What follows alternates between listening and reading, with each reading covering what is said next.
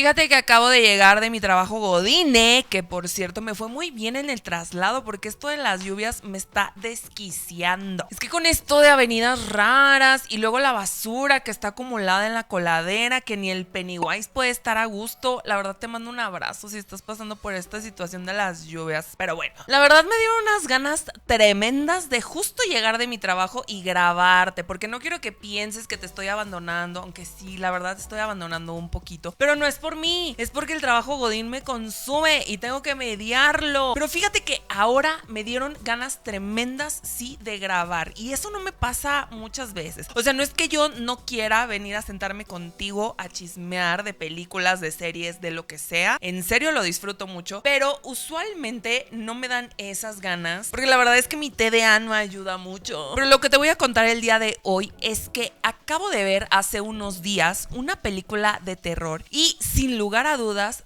te voy a decir que es la mejor película de terror que he visto, al menos de lo que va el 2025. No te estoy choreando. Tú sabes que a mí me fascinan las historias de terror. Bueno, si no sabías, pues ya. You know. Y la verdad es que yo sí necesito hablar de esta película porque se los juro que hasta ahorita pocas películas me han hecho decir que realmente está bastante buena, al menos lo que va el 2025. Películas que inclusive me han hecho decir, pues está buena. O la verdad es que el mame no está tan justificado. Pero esta película yo me quedé de... Esta bastarda película, y lo digo en el mejor de los sentidos, es lo que yo le dije a un live action, porque en realidad no es un live action, pero es una adaptación de un cuento clásico de Disney, que a su vez es basada en una historia de los hermanos Grimm. Y sí, para este punto yo creo que ya pudiste adivinar un poquito, porque la verdad es que nosotros hemos estado acostumbrados actualmente a películas, sobre todo live actions, bastante pedorros y bastante mediocres. Que, ojo, yo no he visto Cómo entrenar a tu dragón, me están dando muy buenas reseñas, pero bueno, punto aparte. También nos han salido en estos últimos años con adaptaciones de películas un tanto mágicas y pasarlas al ámbito de terror, que la verdad les han quedado unas cochinadas. Por ejemplo, Winnie Pooh, qué decir de Peter Pan y todas las aberraciones que se vienen en adelante. Pero ojo, ay, espérate, se me olvidó, te voy a decir cómo se llama. Se llama The Ugly Stepsister, o la hermanastra más fea. Creo que ya adivinaste para este punto, porque yo tengo puro paciente inteligente, yo no tengo babosos, o al menos así quiero creerlo. Sí, güey, esta película es una adaptación de la historia de Cenicienta, pero es que no... Ok, y les digo que estas adaptaciones han sido en la mayoría una cochinada, y no es que los hermanos Grimm estuvieran tan cuerdos, porque honestamente yo recuerdo los libros, por ejemplo, de Hansel y Gretel, que la verdad siempre se me hizo una historia bastante mórbida, pero esta de Cenicienta, justo lo que ellos crearon y que luego Disney adaptó, resulta una directora noruega llamada Emily Blickfeld, que yo honestamente no había visto sus trabajos anteriores, y de hecho este es su primer largometraje, que por cierto fue estrenado en el Festival de Sundance. Nos trae esta adaptación del cuento, pero en su versión como una película de horror corporal con la insaciable y sangrienta búsqueda del amor propio y la aceptación. Yo sé que para este punto te sonó La Sustancia, o al menos te pasó por aquí, repito, porque eres una persona sumamente inteligente, y déjame decirte que efectivamente esta película es La Sustancia del 2025. Pero fíjate lo interesante que esta película ahora es desde el punto de vista de Elvira, una de las hermanastras de Cenicienta, que no es Cenicienta, se llama Agnes. La otra hermana se llama Alma, y su madre, bastante interesada, que se llama Rebeca, y que quiere contraer matrimonio con el padre de Agnes. Pero después el padre de Agnes, después de haberse casado con Rebeca, sufre un paro cardíaco fulminante, y también descubren que son pobres. Y luego, para acabarla de joder, Elvira está enamorada de un príncipe, y es en ese momento que Elvira transforma todo su objetivo de vida con el único fin de que el príncipe la ame y la acepte.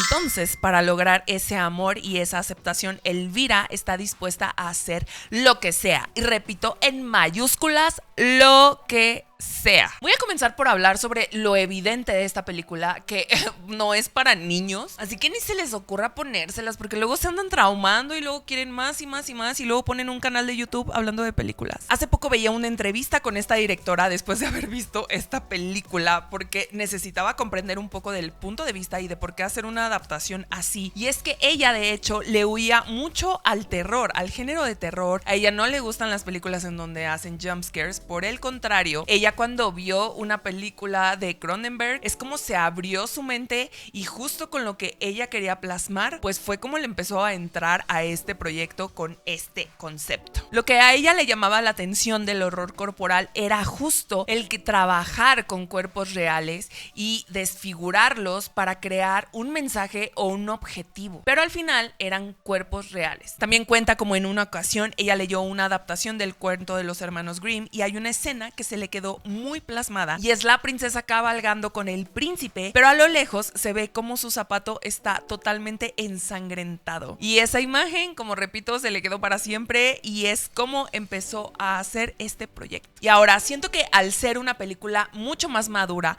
los personajes son mucho más complejos. Sobre todo creo que el personaje de Elvira nos dio la oportunidad, esta directora, de ver los pedillos. Se mueve, se mueve. Listo. Como les decía, creo que el personaje de Elvira, al menos la directora, nos dejó ver mucho más en el interior de todo lo que le movía, de inclusive sentir un poco de proyección hacia nosotros, porque, insisto, en la vida, ¿cuántas veces no hemos hecho cosas para lograr ser aceptados y lograr ser queridos? Es muy difícil, sobre todo en estas épocas, el convivir junto con las redes sociales, que siempre la validación, ahora con lo del Ozempic, que ya el body positive quedó de largo. Y hasta cierto punto da mucha tristeza el ver todo lo que ella hace, obviamente con lo impactante que puede ser el terror corporal. Y nos deja muy claro que ella está dispuesta a hacer todo con tal de este gramo de amor y de aceptación migajera.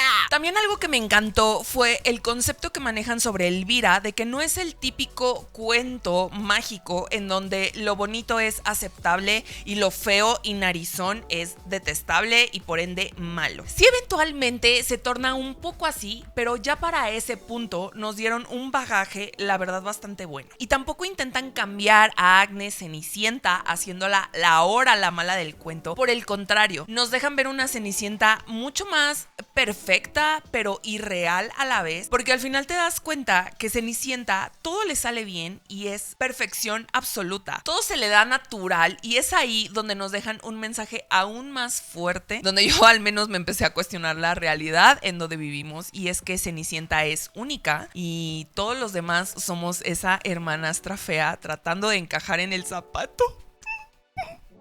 Ay, me ensucié. Los actores de reparto también siento que son un complemento fenomenal. Tenemos a la madrastra, que va mucho más allá, es mucho más diabólica y es mucho más evidente su intención, que lo único que le importa es su propia felicidad y su propio beneficio, que no importa lo que va a exponer de sus hijas, no importa todo lo que le va a hacer pasar, en especial a Elvira, con tal de tener lo que ella quiere y lo que no pudo obtener, que es riqueza y amor y aceptación y mucha pasión con jóvenes. Lo detestable que llegan a ser los otros miembros que se encuentran en el baile, los cuales se quieren aprovechar de Elvira ya solo porque la ven de cierta manera y haciéndola un objeto completamente. Y otro personaje que más o menos a la mitad de la película le dice a Elvira: lo importante es el interior, pero qué valiente es porque está cambiando su exterior para que coincida con lo que sabe que hay en su interior. Güey, esta frase a mí me pegó demasiado porque siento que es un reflejo de la actualidad, en donde nosotros estamos tratando constantemente de validarnos, pero a través del exterior, y donde desafortunadamente se les da más oportunidades dependiendo de cómo te vean, y que hay que aceptar que se les abre un mundo mucho más amplio de posibilidades a la gente que es atractiva positiva que a las personas que somos hermanastras. Y por supuesto, capitalizando la belleza exterior a morir. No voy a spoilearte mucho, pero hay una parte en donde Elvira se come algo y es una metáfora de su interiorización de esa mirada objetivadora. Y esto que está dentro de ella la devora tanto metafóricamente como físicamente. Sí, pacientito precioso mío, y si no te he convencido en este punto de verla, la verdad es que tiene unas virtudes increíbles esta película. Tiene un ritmo maravilloso, a mi parecer. Algunas personas he estado viendo que se quejan mucho, pero es que es un género totalmente diferente y totalmente oscuro. Estamos hablando de una película que tiene un humor bastante oscuro, aparte que es horror corporal y aparte tiene un concepto muy similar a La Sustancia. Yo siento que La Sustancia, al momento de integrar este concepto en la película, fue un poquito más contundente, pero no por esto quiero decir que esta película lo hizo mal, no, al contrario,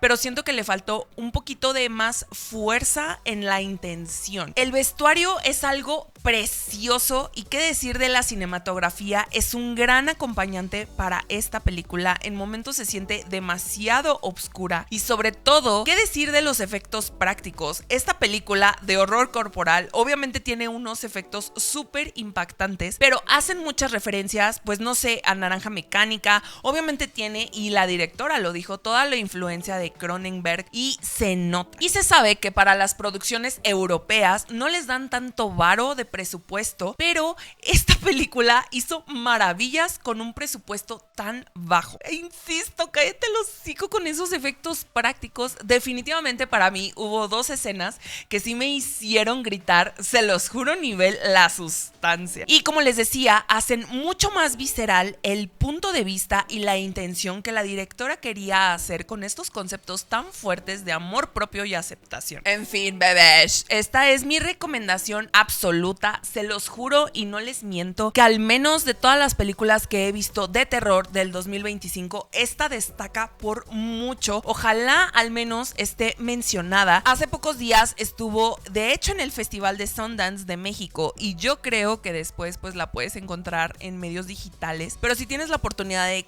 conseguirla, yo te la recomiendo. Solo si te gusta el horror corporal, insisto, si no es un género que no es lo tuyo, olvídalo. La verdad es que esta película no te va a gustar. Pero por el contrario, si te gusta el horror corporal, este es un must. También te recomiendo que vayas con la mente abierta porque hay mucha gente que inclusive la califica de porn espacio no, pero yo considero que no. Realmente las escenas fuertes eran demasiado necesarias para esta historia y la profundidad y la obscuridad que es esta película. En fin, Chiqui, cuéntame si tú ya la viste, qué te pareció y si la quieres ver, si la esperas, que ponme ahí y yo te voy a leer muy atenta en los comentarios. Hemos llegado al final de este video. Gracias por llegar a este punto y por ser tan paciente con mis videos. Si te gustó, me encantaría que le dejaras un like, te suscribieras y activaras la campana de notificaciones para que te avise cuando subo uno nuevo. Yo soy Charlie y nos vemos en el siguiente. ¡Mua! Bye. Todos somos la hermanastra más fea.